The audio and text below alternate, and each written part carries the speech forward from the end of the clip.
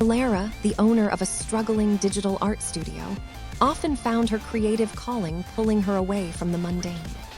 Even after a long day connected to the internet, she'd unwind by biking through the twilight, her favorite jackets keeping her warm.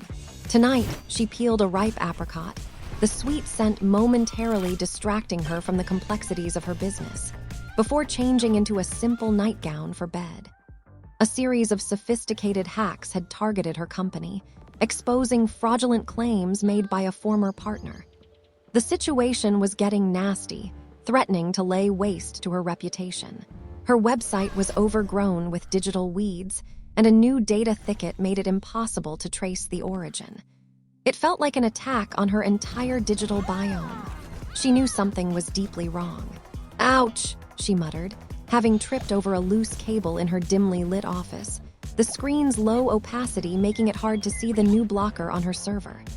She slammed a wok in frustration, the clang echoing. The digital assault intensified, turning her business into a tangled welter of compromised data. A vision of a burning longship on a stormy sea filled her mind, symbolizing the destruction. The attackers, fueled by a perverse ideology, seemed intent on a digital eugenics, purging any competitor they deemed inferior. Their tactics felt almost voluptuous in their malice, hooking deep into her company's entrails. The sheer obesity of the data breach was overwhelming, leaving her feeling bloated with despair. It threatened to drown her ink-stained dreams, yet her aerodynamics in navigating the digital storm remained. Just as despair threatened to consume her, an anonymous tip, like a digital guardian angel, appeared, offering a crucial lead. After days of relentless work, she finally pinpointed the source. With the crisis averted, she took a well-deserved lunch, enjoying the simple pleasure of the afternoon. Her studio, though battered, was recovering. She looked out at the tranquil mangrove trees, a symbol of resilience and growth. The experience, while harrowing, had reignited her passion, reminding her that true playtime was found in overcoming challenges and creating anew.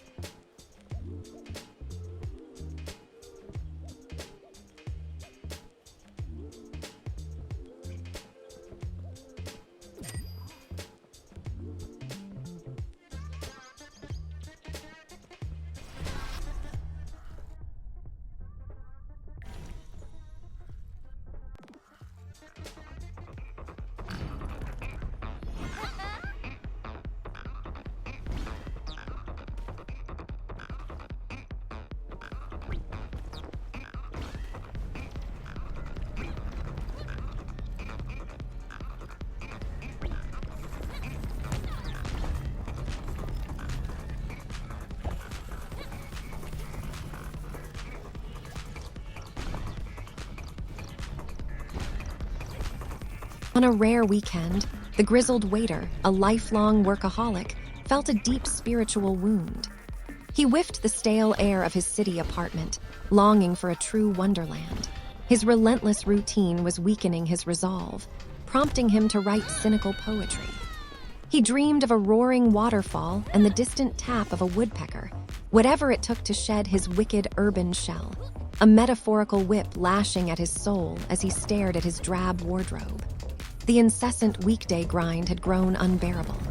He sought the warmest escape, recalling ancient tales of a witchy elder practicing powerful witchcraft. He once envisioned himself a noble warrior. Now he longed for genuine peace. A faint aroma of tangerine filled his mind, a nearly utopian vision that began to acidify his urban anxieties. Packing an old undershirt and fresh underwear, he boarded a train, heading for a hidden sanctuary, a personal terraria where he hoped to rediscover his lost knighthood. Deep within the pristine forest, under a canopy of shimmering stars, he felt an overwhelming joy. A strange energy wave caused a slight overheating sensation on his forehead. He saw a figure, vaguely human, vested in intricate, organic patterns, offering him a peculiar milk that seemed to model with internal light. He had taken his vitamins before this journey, and now felt a wearable sense of empowerment, almost victorious in this mystical encounter. This great being, free from the unjust strictures of old societies, spoke of old spirits, not devils, but guides. It explained its role as a spiritual developer, helping new immigrants to this sacred land. He knew now this was no deadly delusion, but a profound awakening. He no longer feared the lactose in the mystical milk, nor the strange beluga creature he'd glimpsed earlier. With a new sense of owning his own inner acre, he donned the symbolic overcoat and hung the dream catcher on his new home's knocker, ready to face the world transformed.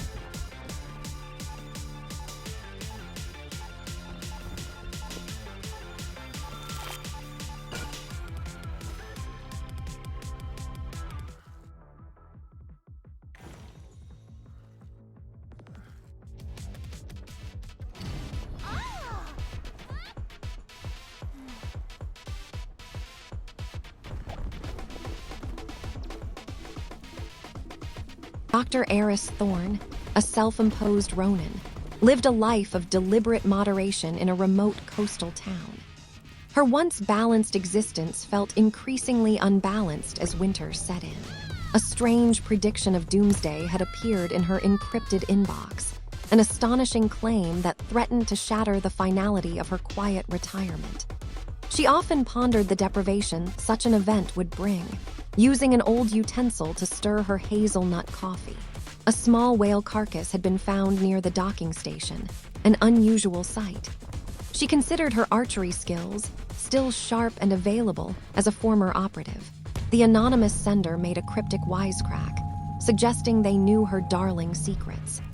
The sheer energy of the threat seemed to fabricate a new reality, leaving her to wonder if this was merely a pedestrian hoax or something far more sinister.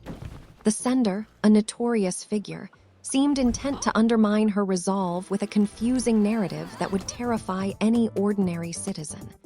She followed a trail through the desolate junkyard on the edge of the county, observing the odd exhibition of salvage